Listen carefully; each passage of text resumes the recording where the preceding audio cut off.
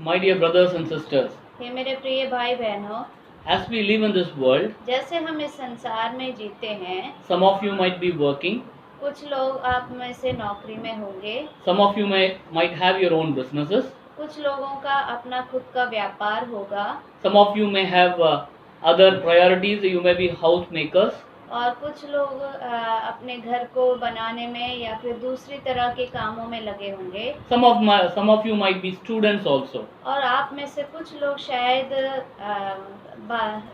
Students भी होंगे। And during this lifetime, और इस जीवन में we encounter a lot of people. हम कई लोगों का सामना करते हैं। Some of them we like and we want to adapt as role models. और कुछ लोगों को हम पसंद करते हैं और कुछ लोगों को अपने जीवन का नमूना बनाना भी चाहते हैं। We like to imitate them. और हम कई बार उनकी तरह करने की कोशिश भी करते हैं। We want to live their lifestyle. और वो जैसे जीवन शैली बिताते वैसे हम भी चाहते हैं। Many a times we want to even design our homes like that. और कई बार ऐसा होता है कि हम अपने घरों को भी उसी तरह सजाने की भी कोशिश करते हैं। We are actually influenced by them. और असल में उनके द्वारा हम उत्तेजित होते हैं। It is always right, sometimes right also. कई बार सही भी होता है। I am not saying it is wrong. मैं ये नहीं कहता कि ये गलत बात है। But the Bible talks about a person whom we really need to imitate. और लेकिन बाइबल एक ऐसे व्यक्ति के बारे में कहता है जिसे हमें पीछा करना या उसके जैसे ही होना चाहिए। He is worthy to be followed. क्योंकि वो योग्य है उसके पीछे चलने के लिए। And because he is the light of this world. क्योंकि वो इस संसार का ज्योति है। Why I am telling you is because of a portion in the Bible. क्योंकि एक भाग है बाइबल में ऐसे, इसलिए मैं कह रहा हूँ। John chapter 10 verse 11 to 21. और यूहन्ना रचित सुसमाचार उसका 10वां अध्याय उसका 11 से 21 वाक्य। Here Jesus Christ is describing about a shepherd. और यहाँ पर यीशु मसीह एक चरवाहे के बारे में कहते हैं। He describes about the sheep. और वो वहाँ पर भेड़ों के बारे में भी कहते हैं। He describes about the life of a shepherd. और एक चरवाहे के जीवन के बारे में भी बताते हैं। He also describes about the qualities of a shepherd. और एक चरवाहे के गुण के बारे में भी वो वहाँ पर बताते हैं। It is worth understanding. और ये बहुत ही मुख्य है समझने के लिए। He says himself, वो खुद को कहते हैं, I am the good shepherd. मैं एक अच्छा चरवाहा हूँ। The word good in English has only one meaning. और अच्छा का जो अर्थ अंग्रेजी में है उसका एक ही अर्थ है। In English or other languages also. और भले वो अंग्रेजी में हो या फिर कोई दूसरी भाषा में हो। But in Greek language there are three meanings. लेकिन यूनानी भाषा में इसका 3 अर्थ है। The word good in Greek, और जो अच्छा जो शब्द है वो यूनानी में the one who is beautiful, एक ऐसा जो बहुत ही सुंदर है, who is good inside and outside, जो अंदर से और बाहर से सुंदर है, and who is worthy to be imitated. और जो योग्यता रखता है जिसके पीछे चल सके, Who is morally good, और वो नैतिक रूप से अच्छा होता who is है spiritually good, और आत्मिक रूप से भी अच्छा होता है। and in him is no guilt. और उसमें कोई कमी या घटी नहीं होती। In him there is no sin. और उसमें कोई पाप नहीं है। In him there is no, he is full of holiness. और उसमें पूरी तरह पवित्रता है। And such a person is worthy to be adapted and imitated. और ऐसे व्यक्ति को लागू करना और उसके पीछे चलना योग्य है। He doesn't talk behind your back. और वो आपके पीठ पीछे कभी नहीं बात करेगा। He talks right in front of you. वो आपके सीधे सामने ही बात करेगा। And he knows everything about you and me. और वो सब कुछ आपके बारे में और मेरे बारे में जानता है। And he was telling this to the Jewish community. और ये बात को वो वहाँ पर यहूदियों को कह रहे थे। And there are a lot of things that we also need to know about him. और इसमें बहुत सी बातें ऐसी है जो हमें भी जानना है। He says, I am the good shepherd. वो कहते हैं कि वो एक अच्छा चरवाहा है। Being a good shepherd, एक अच्छा चरवाहा होने के नाते the first priority is the shepherd lays down his life. और पहला मुख्यतः ये है कि जो चरवाहा है वो अपने खुद के प्राण को देता है and he does it voluntarily. और वो अपने आप से इस बात को करता है He is not forced to do that. और उससे कोई दबाव से वो इस बात को नहीं करता। You know why he did it? आपको मालूम है कि उसने ऐसा क्यों किया? To save you and me.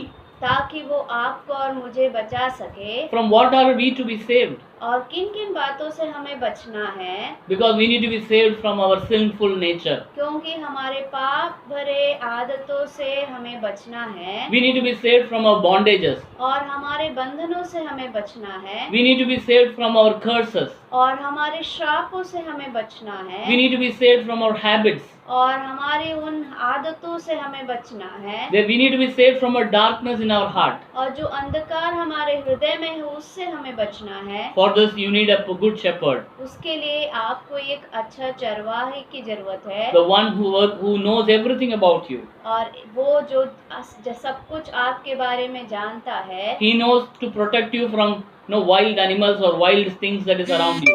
और वो जानता है उन जंगली जानवरों से आपको बचाने या जंगली चीजों से आपको बचाए रखने के लिए। And in verse 14 it says like this. और 14 वाक्य में वो इस प्रकार कहते हैं। He repeats this. Jesus Christ repeats that I am the good shepherd. I know my own and my own knows me. यीशु मसीह वापस कहते हैं, अच्छा चरवा मैं हूँ, मैं अपनी भेड़ों को जानता हूँ और मेरी भेड़ें मुझे जानती है। Do you know him?